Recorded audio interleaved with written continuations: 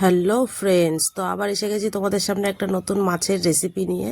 তো দেখো, এই মাছটাকে কিন্তু ভালো করে ধুয়ে নিয়েছি, আর সব মাছে যেরকম হলুদ লবণ দিয়ে নিতে হয় আমিও কিন্তু সেরকমই হলুদ আর লবণ মাখিয়ে নেব। মাছটাতে দেখো হলুদ দিয়ে দিয়েছি, এবার লবণটাও দিয়ে দেবো,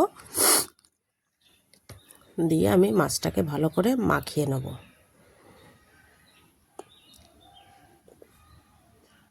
দেখো, এদিকে কিন্তু আমি কড়াই চাপিয়ে দিয়েছি, কড়াই থেকে ধোয়া বেরোচ্ছে অলরেডি। তো আমি ওতে তেল দিয়ে দেবো, তেলটা গরম হওয়ার অপেক্ষায়। আর এদিকে মাছটাতে তো হলুদ লবণ মাখানো হয়েই গেছে। এবার দেখো, এবার মাছটা খালি কড়াইতে দেওয়ার অপেক্ষায়। তো আমি এক পিস করে মাছ দিয়ে দেবো। দেখো কড়াইতে এবার তেলটা কিন্তু গরম হয়ে গেছে। তো দেখো, আমি মাছ এক পিস করে দিয়ে দেবো। তো সব মাছটা দেওয়া হয়ে গেছে, এবার আরেক পিঠ উল্টানোর অপেক্ষায়। তো দেখো, আমি এদিকে সজনের ডাঁটা আর আলু কেটে নিয়েছি। তো সজনের ডাঁটা, আলু আর মটরশুঁটি দিয়ে এই একটু পাতলা ঝোল হবে। তো তোমরা কিন্তু এরকমভাবে বাড়িতে করে দেখতে পারো। আমি দেখো সুন্দর করে কেটে ধুয়ে নিয়েছি। দেখো, সজনের ডাঁটাগুলো এরকম ছোট ছোট পিস করে নিয়েছি। আর গরমকালে কিন্তু সজনের ডাঁটা খেলে খুবই উপকার। তোমরা কি জানো, সজনের ডাঁটা খেলে ক্যান্সার প্রতিরোধ হয়। এই জন্য তোমরাও বন্ধু বাড়িতে এই গরমকালে অন্ততপক্ষে বেশি বেশি করে সবাই, বাড়ির ফ্যামিলির সবাই সজনের ডাঁটা তরকারি খাবে। এতে তোমাদের শরীর ঠান্ডাও থাকবে, আর শরীরে কোনো রোগ হবে না। তো এদিকে দেখো, মাছটা আমার এক পিঠ হয়ে গেছে, আমি উল্টে দিয়েছি। তো আর এক পিঠ হওয়ার অপেক্ষায়। এদিকে আমি দেখো এই তরকারির যে মাছের ঝোলের যে তরকারি কেটেছি তাতে হাফ টমেটো দেবো আর 4-5টা কাঁচা লঙ্কা। এদিকে মাছটা কিন্তু আমার পুরো ভাজা হয়ে গেছে। এবার আমি ওই কড়াইতেই বাকি একটু তেল দিয়ে দেবো। তেলটা যেই গরম হবে ওতে আমি জিরে দিয়ে দেবো। দেখো, আমি কিন্তু তেলটা এবার গরম হয়ে গেছে, জিরেটাও দিয়ে দিয়েছি। তোমরা দেখতেই পাচ্ছ। এবার জিরেটা একটু ভাজা হওয়ার অপেক্ষা, একটু লাল লাল হলেই জিরেটাতে তরকারিগুলো দিয়ে দেবো।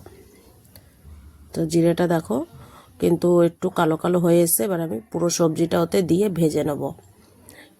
সজনের ডাঁটা, আলু সব দিয়ে দেবো, দিয়ে ওটাকে আমি একটু একটু লাল লাল করে ভেজে নেব। যেহেতু সজনের ডাঁটা কিন্তু একটু হালকা ভেজে নিলে ওর একটা কাঁচা গন্ধ থাকে, ওটা চলে যায়। আর দেখো, আমি একটু হলুদ দিয়ে ওটাকে নাড়িয়ে চাড়িয়ে একটু হালকা ভেজে নেব।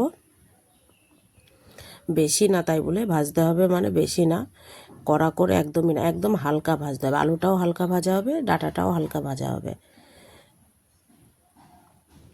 এভাবে সুন্দর করে তোমরাও ভালো করে বাড়িতে ভেজে নেবে। দেখো, আমার কিন্তু ভাজা হয়ে গেছে। এরকম পর্যায়ে যখন হবে তখন বুঝতে হবে যে ভাজাটা হয়ে গেছে। সজনের ডাঁটাতে কিন্তু একটা তেতো ভাব থাকে।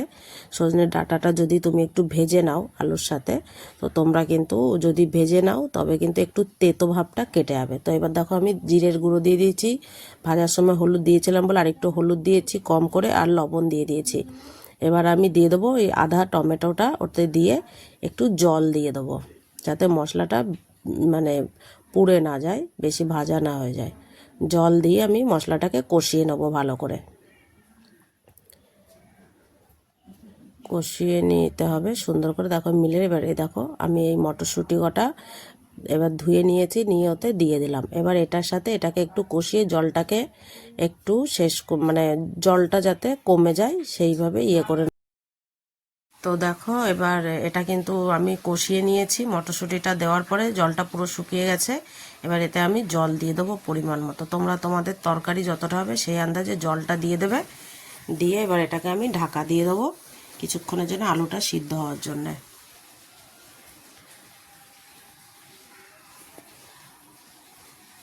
ঢাকাটা চাপিয়ে দেওয়ার পরে কি বেশিক্ষণ লাগবে না। দেখো, আমি আলুটাও সিদ্ধ হয়ে গেছে, আমি কিন্তু তরকারিতে মাছটা দিয়েও দিয়েছি।